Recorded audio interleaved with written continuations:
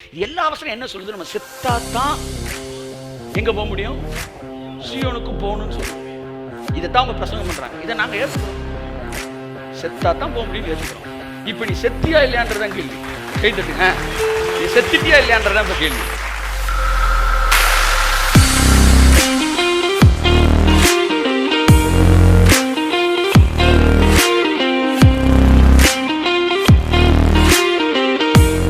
ஒருத்தன் செத்துட்டான் சார், அவனை குளிர போட்டு மூடிட்டீங்க.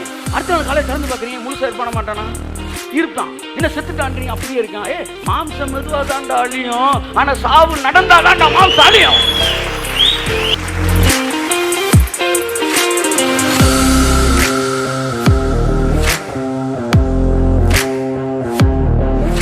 உங்களை பார்த்து கேட்கிறார், நீ செத்துட்டியா? செத்துட்டேன். என்ன செத்துட்ட? ஆமா, 2000 வருஷத்துக்கு முன்னாடி சிலுவையில செத்தல. அது மட்டும் அவர் செத்தாருன்ற, உனக்காக தானே செத்தாரு. அப்ப நீ செத்துட்டேன்னு சொல்லு.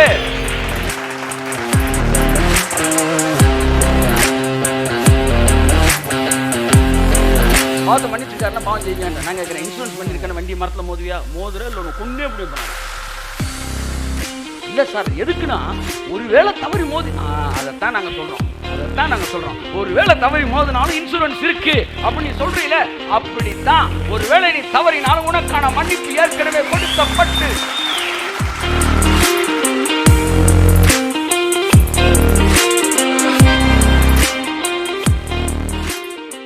இயேசு கிறிஸ்துவின் நாமத்தினாலே உங்களை இந்த ஞாயிற்றுக்கிழமை ஆராதனைக்கு அன்புடன் வரவேற்கிறேன். கரங்களை தட்டி கர்த்தருக்கு நன்றி சொல்லுவோம்.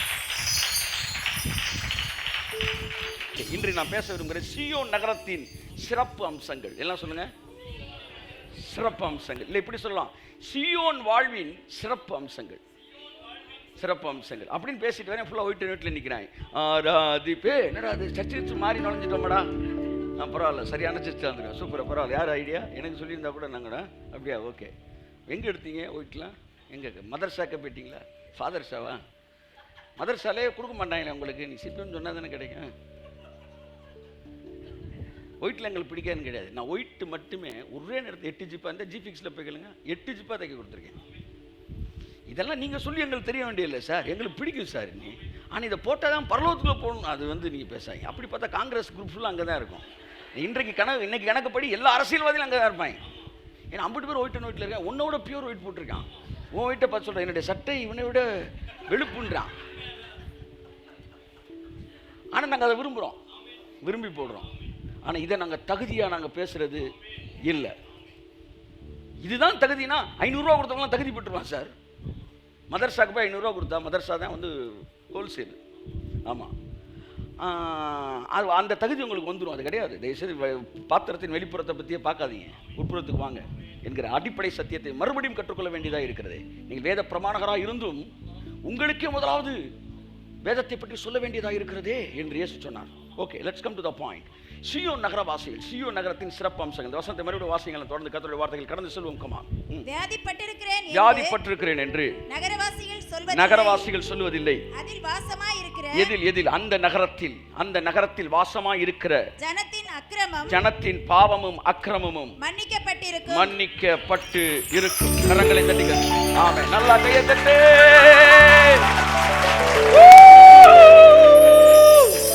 மன்னிக்கப்பட்டிருக்கும். ஏன் வியாதியை பத்தி பேசிட்டு பாவத்தை பத்தி பேசுறாரு தெரியுமா? வியாதி பத்தி சொல்றாரு, வியாதியே இருக்காது அங்க. ஏன்னா பாவம் மன்னிக்கப்பட்டிருக்கின்றாரு. ஏன் சார் பாவம் மன்னிக்கப்பட்டா? எங்கே பாவம் மன்னிக்கப்பட்டிருக்கிறதோ அங்கே வியாதி இருப்பதில்லை. வியாதி என்பது குற்றமானால் மன்னிக்கவும், பாவம் என்பது குற்றமானால் வியாதி என்பது தண்டனை. குற்றங்கள் மன்னிக்கப்படும் போது தண்டனைகள் நீக்கப்படுகிறது. கையை தட்டு. நீ மன்னிக்கப்பட்டிருக்கிறாய் என்ற உணர்வு என்னைக்கு உனக்கு வருதோ அன்னைக்கு தான் வியாதி இல்லாத ஒரு வாழ்க்கையை வாழ போகிறாய். கையை தட்டு. பின்னாடி இருக்கிறாள். ஆமே. நான் மன்னிக்கப்பட வேண்டும் என்ற எண்ணம் அல்ல, நான் மன்னிக்கப்பட்டு இருக்கிறேன் என்று. மன்னிக்கப்பட்டு இருக்கிறேன். இது காலத்துக்குள்ளே கொண்டு வரப்பட முடியாத வார்த்தை. இதை நீங்க கடந்த காலம் சொல்ல முடியாது, நிகழ்காலத்தில் சொல்ல முடியாது, எதிர்காலத்தில் சொல்ல முடியாது. எதிர்கால பாவங்கள் மன்னிக்கப்படவில்லை என்று சொல்லுகிறவர்கள் சற்று கவனமாக கேட்கும்படி கேட்கிறேன். அவர்கள் பாவங்கள் மன்னிக்கப்பட்டு இருக்கும். கடந்த காலமா, நிகழ்காலமா, எதிர்காலமா? கோயம்புத்தூர்ல தண்ணி நல்லா இருக்கும், இது கடந்த காலமா, எதிர்காலமா, நிகழ்காலமா? 1974 கோயம்புத்தூர்ல தண்ணி நல்லா இருக்கும். இந்த வார்த்தையை 3 காலத்துக்கு பேசினா கரெக்டாக இருக்கும் பாருங்க. 1974 கோயம்புத்தூர்ல தண்ணி நல்லா இருக்கும். ரைட்டா? நீங்க ஒன்று செய்யுங்க, கோயம்புத்தூர் போங்க, அங்கே தண்ணி நல்லா இருக்கும். அதே வார்த்தையை சொல்ல நிகழ்காலத்துக்கு. ஸோ அடுத்த வருஷம் நீங்கள் குடிபெறலான் இருக்கீங்களா, கோயம்புத்தூர் போங்க, அங்கே தண்ணி நல்லா இருக்கும். இந்த தண்ணி நல்லா இருக்குக்கு 3 காலத்துலையும் அர்த்தம் இருக்கு. பாவம் மன்னிக்கப்பட்டிருக்கும், பாவம் மன்னிக்கப்பட்டிருக்கும். கையை தட்டு, புரிஞ்சவங்க ஆமே. அக்கிரமங்கள் மன்னிக்கப்பட்டு இருக்கும். தமிழில் பெயரச்சம் வினையச்சம் என்று 2 மேஜர் ஏரியா இருக்கு. அப்படி சரிஞ்சு உட்காந்துறாங்க, கொஞ்சம் நிமிர்ந்து உட்காருங்க. பெயரச்சம் என்பது வினை சொல்லானது பெயர் சொல்லை கொண்டு முடிவடையுமானால் அதற்கு பெயர் பெயரச்சம். ஒரு வினைச்சொல், வினைச்சொல்னா செயல். முதல் வினை என்னன்னு கேட்காங்க, செய்வேன், அங்கிட்டு போயிறாங்க. வினை என்பது செஞ்ச வினை கிடையாது, அதாவது ஒரு ஆக்ட். வினைன்றது ஒரு ஆக்ட். ஒரு வினை சொல்லானது பெயர் சொல்லை கொண்டு முடிவடையுமாயின் அது பெயரச்சம். அதாவது படித்த மாணவன் அப்படின்னா படிப்பு என்பது ஒரு வினை, படித்தன்றது வினை. அது மாணவன் என்கிற எச்சத்தில் முடிவடைகிறதுனால, பெயரச்சத்தில் முடிவடைகிறதுனால அதுக்கு பேர் பெயரச்சம், பெயரில் முடிவடைகிறதுனால. வந்த வாகனம், வந்ததுன்றது வினை, வாகனம் என்பது பெயர். வந்த வாகனம் பெயரச்சத்தில் முடியுதுனால பெயரச்சம். இந்த பெயரச்சத்தில் நிறையா இருக்குது. தெரிநிலை பெயரச்சம் அப்படின்னா காலம் கரெக்டாக தெரியும், அதுக்கு பேர் தெரிநிலை பெயரச்சம். குறிப்பு பெயரச்சம் ஒன்று இருக்குது, அதில் காலம் தெளிவாக இருக்காது. அடுத்து எதிர்மறை பெயரச்சம் அப்படின்னு இருக்கு. அதாவது அந்த பெயரச்சத்தில் பெயர் சொல்லானது எதிர்மறையாக இருக்கும். பாடாத பைங்கிளி, வராத வாகனம். இப்போ இந்த பாடாத அந்த கடைசி எழுத்து அடிச்சிட்டிங்கன்னா ஈருனா கடைசி, ஈரு கெட்ட எதிர்மறை பெயரச்சம். பாடா பைங்கிளி, வாரா வாகனம், செல்லா காசு, இதெல்லாம் ஈரு கெட்ட எதிர்மறை பெயரச்சம். உனக்கு வசனம் தெரியும்னா தமிழ் தெரியணும். இப்போ நான் தமிழ்லேருந்து வரேன். உனக்கு இயேசுவின் பாவங்கள் மன்னிக்கப்பட்டிருக்குன்னு சொல்லும்போது எங்கே சொன்னார், எந்த பெயரச்சத்தில் சொன்னார் என்று தமிழ் தெரியாமல் நீ தமிழை பேசக்கூடாது. That's very dangerous. ஆங்கிலம் தெரியாமல் ஆங்கிலத்தை பிரசங்கம் பண்ணலாமா? அப்புறம் எப்படி நீங்கள் தமிழ் தெரியாமல் தமிழை பிரசங்கம் பண்ணுறீங்க? பாவங்கள் மன்னிக்கப்பட்டிருக்கும் என்பது எதிர்காலத்தையும் உள்ளடக்கியது. இது பெயரச்சத்தில் வரல, வினையச்சத்தில் தான் வருது. வினையச்சத்தை எடுத்து படிப்போம். வினையச்சம் என்பது ஒரு தொழிலை உணர்த்தி, ஒரு தொழில் காலம் உணர்த்தி வினை சொல்லை கொண்டு முடிவடையுமானால், ஒரு தொழில் காலம் உணர்த்தி வினை சொல்லை கொண்டு முடிவடையுமானால் அது வினையச்சம். படித்து முடித்தான், படிப்பு என்கிறது முடித்தான் என்கிற காலத்தை உணர்த்தி அந்த வினையில் முடிகிற அப்படின்னா வினையச்சம். பெயரில் முடிஞ்சா பெயரச்சம். படித்து முடித்தான், ஓடி மறைந்தான், ஈ ஊ இந்த 2 எழுத்துல வந்தாலே அது வினையச்சம். உங்களுக்கு புரியாட்டி பரவாயில்ல, ஏன்னா இனிமேல் தான் மேட்டருக்கே வருவேன் நான். இதில் தெரிநிலை வினையச்சம், குறிப்பு வினையச்சம் 2 இருக்கு. உங்களுக்காண்டி எந்தெந்த பழைய 9ஆம் வகுப்பு கணக்கு புக்கு இலக்கணத்தெலாம் எடுத்து வந்திருக்கிறேன். ஆமாம், இலக்கணத்தை தெரிஞ்சால் தான் இலக்கியமாக முடியும். ஆமாம். ஸோ காலம் வெளிப்படையாய் தெரிந்தால் தெரிநிலை வினையச்சம். வந்து போனான், நின்று வந்தான். குறிப்பு வினையச்சம் என்பது மெல்ல நடந்தான். எப்போ நடந்தான்? இது அந்த குறிப்பின், அதாவது கோபமாய் பேசினான், காலத்தை காட்டாமல் பண்பின் அடிப்படையில் பேச குறிப்பு வினை. இதெல்லாம் விட்டுருவோம், இதெல்லாம் கிடையாது. பெயரச்சம் வினையச்சத்தை பற்றி படிச்சிருக்கிறோம். அடுத்து முற்றச்சம் அப்படின்னு. ஒரு வினை முற்றுச்சொல் தன்னுடைய வினை முற்று பொருளை தராமல் வினை எச்ச பொருளை தருமானால் அது முற்றச்சம். அதாவது பாடி மகிழ்ந்தனர், பாடி என்கிற வினையை சொல்லாமல் மகிழ்ந்தான் என்ற எச்சத்தை சொல்றதுனால முற்று எச்சம். எச்சத்தில் முற்று பெறுகிறதா முற்று எச்சம். அடுத்துதான் மேட்டு வருது வினைத்தொகை. கைத்தட்டுங்க. இந்த வினைத்தொகை என்பது 3 காலத்திற்கும் பொருந்தக்கூடிய ஒரு வினை அங்கு நடந்து கொண்டே இருக்கும் என்றால் அந்த தொகைக்கு பெயர் வினைத்தொகை. பெயரச்சம், வினையச்சம், முற்றச்சம், வினைத்தொகை. இந்த வினைத்தொகையில ஒரு வினை நடந்துகிட்டே இருக்குமா. ஊறுகாய், இந்த காய் ஊறிக்கிட்டே இருக்கு. நேற்று ஊறியது, இன்று ஊறியது, நாளை ஒரு ஊறுகாய். படர்கொடி, கொடி படர்ந்துகிட்டே இருக்கு. படர்கொடினா அதுக்கு காலமே கிடையாது. சுடுசோறு, சுடுசோறு, சுட்ட சோறுல சுடுசோறு. குடிநீர், குடித்த நீர், குடிக்கிற நீர், இனிமேலும் குடிக்கலாம். குடிக்கிற நீர், குடிநீர், இதெல்லாம் வினையச்சம். அப்ப அது மன்னிக்க வினைத்தொகை. வினைத்தொகைக்கு காலம் கிடையாது. பேரச்சத்தில் முடியலாம், முடிய வேண்டும் என்பது கிடையாது. பேரச்சத்தில் முடிகிற ஒரு வினை காலம் கருதாமல் இருக்கும் என்றால் அதுக்கு பேர் என்னது? வினைத்தொகை. இப்போ நான் சொல்றேன், மன்னிக்கப்பட்ட மனது வினைத்தொகை. கைதட்டுங்க. மன்னிக்கப்பட்ட மனது. புரியலனா ரிவர்ஸ் போட்டு ரிவைண்ட் பண்ணி திரும்ப இந்த இதை கேளுங்க. கர்த்தர் நல்லவர். எனக்கு தெரியும் நிறைய தமிழ் வார்த்தையெல்லாம் இருக்கிறீங்க. தமிழ் ஐயாக்கள் இருக்கிறீங்க இல்லையா? வினைத்தொகை என்பது அதற்கு காலம் 3 காலத்திற்கும் பொருந்தும். அறிவார்ந்த பெருமக்களே, பிரசங்கம் பண்ணுகிற தமிழ் பந்தய கோஸ்தே பெருமாட்டிகளே, பெருமான்களே, ஒரே விஷயத்தை உங்களுக்கு சொல்லிக்கொள்ள விரும்புகிறேன். இயேசு எங்கள் பாவங்களை மன்னித்தார் என்று அவங்க மன்னிக்கப்பட்டு இருக்கும் என்பது வினைத்தொகையில் அடங்கியது. அப்படின்னா அவன் பாவம் எப்பவுமே மன்னிக்கப்பட்டு.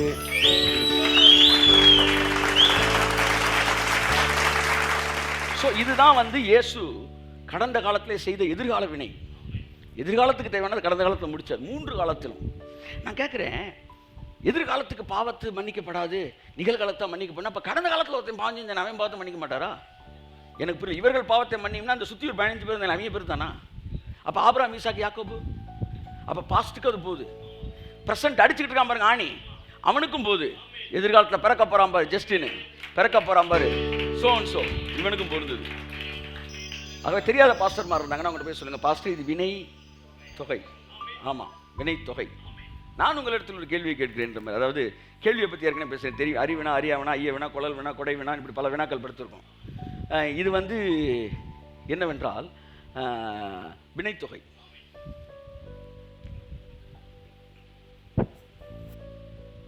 தவறு இருந்தால் சொல்லுங்கள், திருத்தி. ஒரு தடவை ஈசாக்கு வர வர விருத்தி அடைந்தான் என்பது இரட்டை கிளவி நான் பேசினப்போ இல்லை, அடுக்கு தொடர்னு ஒரு தமிழ் அம்மா பேசினாங்க. ஆனால் இப்போ வரைக்கும் இரட்டை கிளவினா பிரித்தா பொருள் தராது. ஆமாம், உங்களுக்கு தெரியும்னா கால வேணும் அந்த பாட்டை கிளவி கரெக்டாக பாட்டு சொன்னால் உங்களுக்கு அர்த்தம் தெரிஞ்சுது. இரட்டை கிளவி பல பல பாம்பு சரசரவென்று ஓடிட்டு இரட்டை கிளவி. ஆமாம், வாழ்க வாழ்க, வருக வருக, இது அடுக்கு தொடர். பிரித்து பார்த்தீங்கன்னா அடுக்கு வருகன்னா அர்த்தம் தெரியும், பலன்னு தெரிஞ்சால் அர்த்தம் இருக்காது. சிம்பிள் மற்ற. ஆமேன் சொல்லுங்கள். ஆமே ஆமேன் ஆமேன் ஆமேன். நாங்கள் உங்களுக்கு தமிழ் இலக்கணம் தெரியவில்லை என்பதால் உங்களை அற்பமாக நாங்கள் பார்ப்பதில்லை. ஆனால் நீ மட்டும்தான் எவனா சொல்லிட்டேன் ஆங்கிலத்தில் தப்பாக பேசினா அற்பமாக பார்க்குற. ஆமாம், நீ அற்பமான அற்பமாக பார்க்குற. நாங்களும் உயர்ந்த மனத்துடையவர்கள். உனக்கு தமிழ் தெரியாட்டினாலும் உங்களை அன்பாவோடு என்ன செய்கிறோம், அரவணைக்கிறோம். நாங்கள் அதான் தமிழர்கள். தமிழன் என்ற இடம் உண்டு, தனியே அதற்கு ஒரு குணம் உண்டு. ஓகே, இப்போ இந்த மன்னிக்கப்பட்ட மனநிலை, இதை பற்றி உங்களுக்கு பேச விரும்புகிறேன். இது என்னன்னா, எப்பவுமே மன்னிக்கப்பட்ட ஒரு மனநிலை. எப்பவுமே உங்கள் மனது மன்னிக்கப்பட்ட மனநிலையில் இருக்கும் என்றால் நான் சொல்கிறேன், முதலாவது உங்கள் வாழ்க்கை ஆரோக்கியமான வாழ்க்கையாக இருக்கும். கைத்தட்டி கொடுத்து ஆமென். இந்த மன்னிக்கப்பட்ட மனநிலை அங்கே அந்த நகரத்தில் வாசம் செய்யும் மக்களின் அக்கிரமங்கள் மன்னிக்கப்பட்டு இருக்கும். அப்படின்னா மன்னிக்கப்பட்டே தான் இருக்கும். அப்ப சீயோன் என்பது பரிசுத்தவான்களின் இடம் அல்ல. அடுத்த குண்டு, அது மன்னிக்கப்பட்டவ பாவிகளின் இடம். கைதட்டுங்க. ஆமென். அப்ப சீயோன்ல இருக்கிறவனுக்கு மன்னிக்கப்பட்டிருக்கிறான்னா அங்க அவன் பரிசுத்தவானே இல்லைன்னு அர்த்தம். பரிசுத்தவான பாவமே செய்யாதவன். அப்ப பாவமே செய்யறதுக்கு மன்னிப்பே தேவையில்லை. இங்க மன்னிக்கப்பட்டிருக்கணும். அப்ப என்ன தெரியுது, சீயோன்ல இருக்க போறது எவனோ ஒருத்தன் 1.5 லட்சம் பேர் கிடையாது, நம்ம தான் இருக்க போறோம். எவர்களெல்லாம் மன்னிக்கப்பட்டார்களோ அவர்களெல்லாம் சீயோனிலே இருப்பார்கள். அந்த நகரம் என்பது எந்த நகரத்தை குறிக்கிறது? அந்த அதிகாரம் ஃபுல்லா வாசித்தீங்கன்னா எந்த நகரத்தை சொல்றாருன்னு வாசிக்கலாம். திரும்ப இந்த வசனத்தை வாசிக்கலாம். 33:24. வியாதிப்பட்டிருக்கிறேன் என்று நகரவாசிகள் சொல்வதில்லை. யார் அந்த நகரவாசிகள்? முதலாவது எந்த நகரம்? ஏசாயா 33 அதே அதிகாரத்தில் 5ஆம் வசனத்தை வாசிங்க. கர்த்தர் உயர்ந்தவர், அவர் உன்னதத்தில் வாசமாய் இருக்கிறார். அவர் சீயோனை நியாயத்தினாலும் நீதியினாலும் நிரப்புகிறார். எதை? சீயோனை. கடைசியில் அந்த நகரம் சொல்றாருல, சீயோன். இரண்டாவது 33:14. சீயோனில் உள்ள பாவிகள் திகைக்கிறார்கள். சீயோன்ல பாவிகள். கைதட்டு. இது எப்படி இருக்கு? சீயோன்ல நாங்க தான் இருப்போம். டே, சீயோன்ல பாவிகள் இருக்காங்க. வசனத்தை ஃபுல்லா படி. சீயோன்ல இருக்கிற பாவிகள் மன்னிக்கப்பட்டவர்களா இருக்கிறார்கள். முத பரலோகத்துக்குள்ள என்ட்ரானவன் யார் தெரியுமா? பரதீசுக்குள்ள என்ட்ரானவன் ஒரு பாவி. புதிய இயேசு மரிக்கிறப்ப சொன்ன, இன்றைக்கு என்னோடுன்றார். முத ஒரு கையை பிடிச்சி உள்ள நுழையிறவனே ஒரு பெரிய பாவி, சிலுவையில் அறையப்பட்டவன். நீ யார்றானே? அவருக்கு பக்கத்துல ஒரே ஜெயிலில் பக்கத்துல இருந்தவன் யான்றான். முதலாவது நுழைஞ்சவர் கிரிமினல் சார். யூத ரபிக்களோ அண்ணாவோ காய்பாவோ இல்ல வேற எவனுமே உள்ள போல. ஆனா ஒரு கல்லே உள்ள போனான். 2 கல்லேன். ஒருத்தன் மன்னிக்கப்பட்ட கல்லேன், ஒருத்தன் மன்னிக்கப்படாத கல்லேன். அவ்வளவுதான் வித்தியாசம். நீ என்ன பெரிய பரிசுத்தவானு? நீ கல்லன் தான்டா. நீ கல்லன் தான். நீயும் கல்லேன், நானும் கல்லேன். நினைச்சு பார்த்தா எல்லாம் கல்லேன். இன்னும் புரியாம இன்னொரு வசனம் சொல்லு, இன்னொரு பாட்டு கூட பாரு. எல்லாருமே திருடைங்க தான், சொல்ல போனா குருடைங்க தான் நம்ம நாட்டில், நம்ம ரோட்டில், வீட்டில். தாவியன் சொன்னார், ஒரு டிபியில் பார்த்தேன், நம்ம சார்ல்ஸ் ஆஸ்திரேலியாவில் அப்படி ஸ்டில்ல போட்டு மேலே போட்டிருக்காப்புல, ஏய் ராஜா ஒன்றானோம் இன்று, இனி நாம் தானே ரெண்டல்ல ஒன்று. கர்த்தர் சொன்னார், இப்போ இனிமே அவனுக்கு இந்த பாட்டை கேட்டால் என்ன ஞாபகம் வரும்? ராஜாதி ராஜா தான் ஞாபகத்துக்கு வரும். நீ எப்பவெல்லாம் ஒரு சினிமா பாட்டை நான் சொல்லி நீ பாடி அதுக்கு நான் சொல்கிற அர்த்தத்தை கொடுக்குறியோ அப்பெல்லாம் ஒரு பாம்பை பிடிச்சி பல்ல பிடுங்குற. இனிமே அந்த பாம்புனால யாரையும் கொத்தவே கைத்தட்டு. புரியுதா? இது வரைக்கும் அந்த பாம்பு வேற மாதிரி அர்த்தத்தை கொடுத்துக்கிட்டு இருந்துச்சா, அதை பிடிங்க எனக்குள்ள வச்சு பல்ல பிடிங்கிட்டேன். இப்போ அந்த பாம்பு வந்து பல்லு இல்லாத பாம்பு. அந்த பாட்டு வந்து நீ வேற எண்ணத்தையும் உனக்கு கொடுக்காது. முத எதில் தொடங்குச்சு அந்த பாட்டு? மாசிலா என்ன காடுப்பா? காடு கேட்டே இப்போ நாங்கள் பாடுறோம். எப்ப மேச்சரா? மாசிலா உண்மை நேசமே மாறுமோ பாவம் வந்த போதிலே. கொடுங்க கடை நல்லா. மாசிலா உன்னை காதலே மாறுமோ பாவம் வந்த போதிலே. ஆதாம் என்ன சொல்றான்? பேசும் வார்த்தை உண்மைதானா பாவியை வாட்ட நீங்கள் போடும் பேசமா, கையிலே எந்தன் காயமே கண்டுமா சந்தேகம் எந்தன் மீதிலே. சிலுவையாலே ஒன்று சேர்ந்தோ இந்த நாள் இன்பம் என்று வாழும். இனி இதை கேட்டா அவனுக்கு வந்து இந்த பாம்பு இனி எவனையும் கொத்த முடியாது.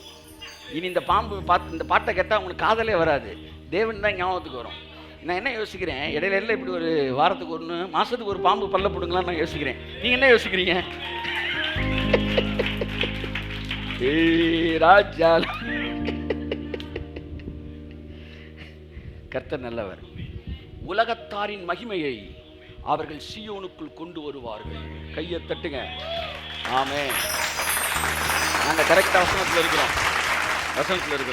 சீயோன் நகரத்தோட மகிமையை தான் பேச போறேன்.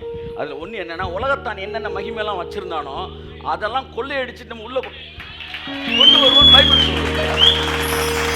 இல்ல அது தவறு, அது பாவம். இரு மைக்கு பேசுறியே, இந்த மைக்கு ஒரு ரட்சிக்கப்பட்ட கிறிஸ்தவனை கண்டுபிடிச்சான். எவனோ ஒருத்தன் கண்டுபிடிச்சான், ரட்சிக்கப்படாதவன். அவன் பாவம் லெஃப்ட்ல தம்மு வச்சுன்னா ரைட்ல சால்ட்ரிங் போட்டிருப்பான். அப்படின்னு பண்ணி சால்ட்ரிங் பண்ணிட்டு இருந்திருப்பான், இல்லை கனெக்ஷன் கொடுத்துருப்பான், சுருட்டை குடிச்சிருப்பான். உலகத்தான் தானே கண்டுபிடிச்சான் மைக்க. அதை நம்ம எடுத்து இன்னைக்கு பிரசங்கம் பண்ணலையா? சொல்லுங்க சார், சொல்லுங்க. டிவி யார் கண்டுபிடிச்சது? ரட்சிக்கப்பட்ட ஆவியில் நிறைந்த ராக்கா பாராவா கண்டுபிடிச்சாரு? உலகத்தான் தான் கண்டுபிடிச்சான். அந்த மகிமையில இன்னைக்கு நம்ம சீயோனுக்குள்ள கொண்டு வந்து அதில் நம்ம பேசலையா? யூடியூப் யார் கொண்டு வந்தது? உலகத்தின் மகிமை. அந்த மகிமை நம்ம கொள்ளையடிக்கலையா? நம்முடைய வேலையை உலகத்தின் மகிமையை கர்த்தருக்குள் கொண்டு வருது. ஆமென், ஆமென், ஆமென். அன்புக்குரியவர்களே, சீயோனுடைய மகிமையை பற்றி பைபிள் எழுதும்போது அது வந்து உலகத்தின் மகிமை. இது வெளிப்படுத்தல் வருது. அந்த நகரத்தை பற்றி பேசும்போது உலகத்தின் மகிமை உள்ள கொண்டு வர போறோம். இந்த நகரத்தை பற்றி தான் அப்புறம் பேச போறோம். இதைத்தான் ஆபிரகாமை பற்றி சொல்லும்போது, அவர்கள் தேவன் தாமே கட்டி உண்டாக்கின அந்த நகரத்திற்காக காத்திருந்தார்கள். ஏனென்றால் அந்த நகரத்தில் வாசம் செய்கிற பாவம் மன்னிக்கப்பட்டு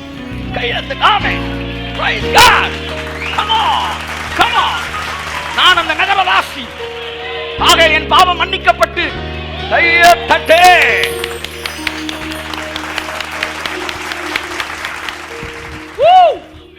ரெண்டு நகரங்களை பற்றி பைபிள் சொல்லுது. ஒன்று ஆதியாகமத்தில் வர்ற என்ன நகரம்? பாபேல் கோபுரத்தை கட்டுகிறவர்கள் சொன்னார், நமக்கு ஒரு நகரத்தை கட்டுவோம், எல்லாவித அழிவுகளிலிருந்து பாதுகாக்கப்படும்படிக்கு அவர்கள் தங்களுக்கு என்று ஒரு நகரத்தை கட்டினார்கள். இது சுயநீதியில் கட்டப்படுகிற நகரம். அவன் எதுக்கு கட்டினான் டேக் சொல்றாருன்னா, நோவா வெள்ளத்தை பார்த்து கொஞ்சம் மிரண்டுட்டான். இனி அடுத்த வெள்ளம் வந்தா என்ன செய்யணும்? நம்ம தப்பிக்கணுன்றக்காக உயரமான ஒரு கோபுரத்தை கட்டினார்கள். அந்த கோபுரத்தை பற்றி நான் வந்து ஆதியாகமத்தில் விளக்க வரையில் எழுதியிருக்கிறேன். அது எவ்வளவு அகலம் உள்ளது, அடுத்தது எவ்வளோ அகலம் உள்ளது, எத்தனை கிலோமீட்டர், எத்தனை ஸ்கொயர் மீட்டர் பெருசுன்னெலாம் பேசியிருக்கிறோம். இப்போ இவர்கள் நகரத்தை கட்டினது பாதுகாப்பு. இது வந்து என்ன, நகரம் என்பது பாதுகாப்பை தரக்கூடியது. இப்போ அந்த நகரத்தை பற்றி, இது வந்து மனிதன் கட்டின நகரம். ஆனா ஆபிரகாம் எதிர்பார்த்தது தேவன் தாமே கட்டி உண்டாக்கின அந்த நகரத்திற்காய் காத்திருந்தான். இந்த நகரம் ஏன் அந்த நகரத்துக்கு காத்திருந்தான்னா, அந்த நகரத்தில் அவ்வளவு ஆசீர்வாதம் இருக்கு. அதுல ஒண்ணுதான், அந்த நகரவாசிகளின் அக்கிரமங்கள் மன்னிக்கப்பட்டிருக்கு. வியாதிப்பட்டிருக்கிறேன் என்று அந்த நகரவாசிகள் சொல்லுவதே. கையை தட்டுங்களே ஒரு அவருக்கு ஆமென். இதிலிருந்து தெரியப்படுவது என்னவென்றால், பாட்டு பாடினா டான்ஸ் பண்ணா பழைய ஏற்பாட்டிலையும் எழுத்திருக்கிறாங்க, பிசாசு ஆளை விட்டு எழுத்திருக்கு, புதிய ஏற்பாட்டிலும் எழுத்திருக்கு. ஏன்னா ஆடல் பாடல் சத்தம்ன்றது தேவனுக்கு நேராக போறத பிசாசு விரும்பவே இல்லை.